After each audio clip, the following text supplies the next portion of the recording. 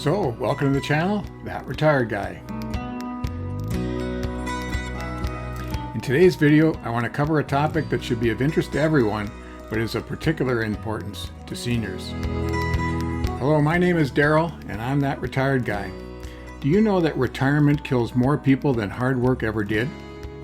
Think about it. Anyway, this video is about dying. Yeah, it happens to the best of us. No one escapes the reaper. And the older we get, the closer we dance with eternity.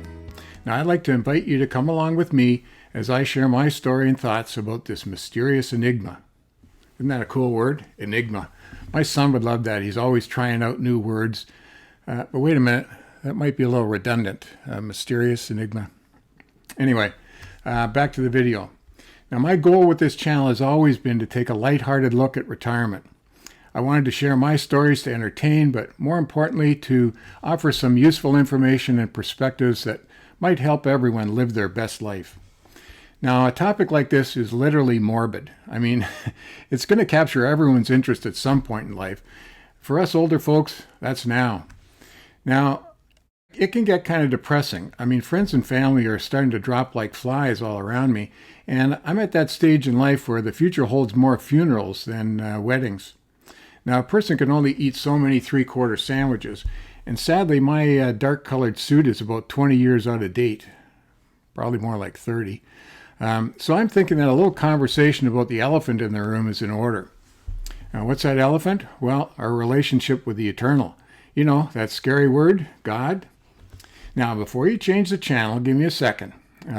There'll be no preaching here, and I'm not going to try and convert anyone. I just want to share my story. I mean, maybe you can relate. Maybe if that helps you with your journey, that's great. Or maybe it'll help you explain why you think I'm so weird. Either way, my commitment is to keep it light. I always thought that Clint Eastwood got it right when he said, "I was always respectful of people who were deeply religious because I always felt that if they gave themselves to it, then it had to be important to them. But if you can go through life without it, that's okay too. It's whatever suits you." Well, as they say, here goes nothing. And for all the atheists in the crowd, here comes nothingness. Now, when I say God, everyone thinks about the church. Well, for generations, that's where you went to talk to him.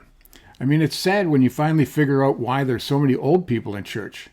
They're cramming for the final. I mean, my grandparents were the first people I remember who started to even question traditional religion. And they kind of opened my eyes to a kind of a rationalist approach to the subject. They were both university educated, something not very common in the early 1900s, especially for my grandmother. And they had started to question the literal interpretations of the Bible. I expect mostly because academics were pointing out all the factual errors in the Bible stories. They had joined the Unitarian Church because it was all about exploring religious questions and not just Christianity, but all the world's religions. Now, my religious experience as a child was attending Sunday school at an Anglican church. My parents were mostly agnostic. I think my dad was atheist, but he never really talked about it. My mother, however, insisted that I go to Sunday school, and that's where I learned the Bible stories. To this day, when I think about God, I think about the Bible stories. They contain the wisdom, kind of the answer to life's questions. As I think back through my life, they were the map, kind of the guideposts for how to live my best life. Now, let me be clear. I'm not saying that the Bible stories are a factual account of human history. I think that's highly unlikely. I'm saying that the wisdom contained in those stories is profound. And not just the Judeo-Christian stories. Turns out that religious stories from all over the world are mostly just cultural variations on the same theme. Now, let's face it, for most Western society today, science is the new religion, and that often means that you're atheist. Why? Because, well, you can scientifically prove that the Bible stories are factually and historically false. Well, that's irrelevant to me. What is scientifically and historically correct is that the stories were passed down through thousands of years as lessons to be learned. Lessons about how to live a good life. It's not about whether the stories are accurate or if they came from God. I mean, it's not because Moses had the first tablet that could connect to the cloud. Anyway, it's just that the stories are all about good and evil, about demons and heroes and saviors. You know, the people we admire, the people we aspire to be. They're the ancient tales of action, of choices, They describe the behaviors and practices that helped humans really survive through the ages. It's really the wisdom that they contain, the lessons, not the dramatic story that's important. Although many are entertaining. I mean, many of the great Hollywood blockbusters have been about Bible stories over the ages. Over the ages. I mean, many of the great Hollywood blockbusters have been about Bible stories. So what do I take from those stories that helps me with those eternal questions? Is there a God? How do I live my best life? What happens to me after I die? Well, first let me give you my thoughts on this God thing.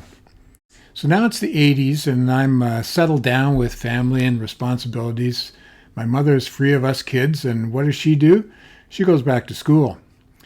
She eventually graduates from Wilfrid Laurier University, the School of Divinity, and gets a degree in archaeology. I mean, who knew? She was mostly agnostic as I grew up, and with the exception of insisting that I go to Sunday school, she pretty much kept quiet about her beliefs. So now here's my mom. She's got a graduate degree, and she's teaching at the School of Divinity. Well, it turns out that studying religion at a Canadian university in the days of feminism and cultural diversity and scientific revolution, that did more to cause my mom to question her religious beliefs than the four horsemen of atheism could ever do. Still, we had late night conversations in the 80s, and they would convince me that the Bible stories were not to be read as historical accounts, but rather for the lessons that they teach. And when it comes to God, well, I've always had a hard time envisioning him as some old man in the sky looking down on us. And it seems only appropriate that my mother's master's thesis would argue, what was pretty controversial at the time, that the first god of ancient civilizations was actually a she. And more specifically, the mother or creator, the one who gives birth to mankind. The famous science fiction writer Arthur C. Clarke once said, "I don't believe in God, but I'm very interested in her." Now, I studied world religions in college and had my eyes open to how many ways there are to describe a divine force in the universe. Like so many of us boomers, we lived through the New Age and spiritual movements of the 60s and 70s. This is the dawning of the age of Aquarius or salt rocks and crystals. For me, that was more about the drugs than about enlightenment. I was going back through memorabilia from that time to do this video, and I came across a clipping I made from the local newspaper at the time. It was an article about my high school. They were teaching the health problems associated with psychedelic drugs. Ironically, it featured me in a demonstration of, quote, psychedelic sounds and flashing colored lights, or as they called it, the trip. I guess this qualifies me to speak about the age of Aquarius. What I came away with after the fog cleared was a conclusion that spirituality and religious experience were more about altered states of consciousness, that there wasn't some external force guiding or judging us, but rather the real mystery was human consciousness. Now, being brought up in a time when evolutionary theory was the dominant scientific backdrop and most of the forces of nature had already been quantified by science, I needed an explanation for God that could, embrace all that we knew to be true and nothing that we knew to be false. I guess I was looking for the Holy Grail. I mean, it was Pope John Paul who once said, "Science can purify religion from error and superstition. Religion can purify science from idolatry and false absolutes." Anyway, in my spiritual journey, as you might call it, I've come to see myself as a pantheist. Now, I don't mean the Greek god of fertility, that half goat, half human playing a flute. Pantheism is the belief that there is a God. He, she, it is not some force out there that creates or oversees the world. Rather, God is the world. I view God as the everything, kind of like a blurring of the line between the atheist view and the theistic view. God is the objective world of the atheist, including human consciousness, and, without any supernatural or mystical forces. The pantheistic God is simply all of existence. I just think that the world, nature, the universe, it is God, and I'm happy to let science and theologians try and figure out how it works. So given that I've let go of the traditional definition of God and have never really seen the church and its rituals as overly helpful or comforting, how do I make sense of life's big questions? What's it all about, Alfie? Well, if you've seen any of my other videos, you know that I talk a lot about live your best life. So what does that really mean? Well, you probably guessed it. Ever since I was a kid, I've taken direction and inspiration from those lessons I learned in the Bible stories. For the early part of my life, it was mostly unconscious. I was guided by that little voice that just knew what was right or wrong, your conscience. Later in life, I came to see that my conscience and the wisdom in those stories, they were basically one and the same. Abraham Lincoln said, "When I do good, I feel good. When I do bad, I feel bad. And that's my religion." So if you ever wonder, how can I live my best life? Well, your conscience will point the way. So now, what about death? Confronting my own mortality has not been an easy thing. As more and more friends and family are passing away, it's become more top of mind. Now, when I was younger, I never really gave death a second thought. Thankfully, I've been healthy my whole life, and when I did start having these, those familiar aches and pains, my doctor would just say, "Well, that's normal for your age." Now that I'm turning 70, death is normal for my age. Now, if you're anything like me and you've come to question the existence of a benevolent and all-powerful God figure, it probably leaves you anxious about, what happens after I die. Well, join the club. I'm guessing there's millions of us out there all living with that existential reality, not even wanting to think about it. There's another good word, existential. Anyway, let me tell you how I'm kind of noodling through this whole thing.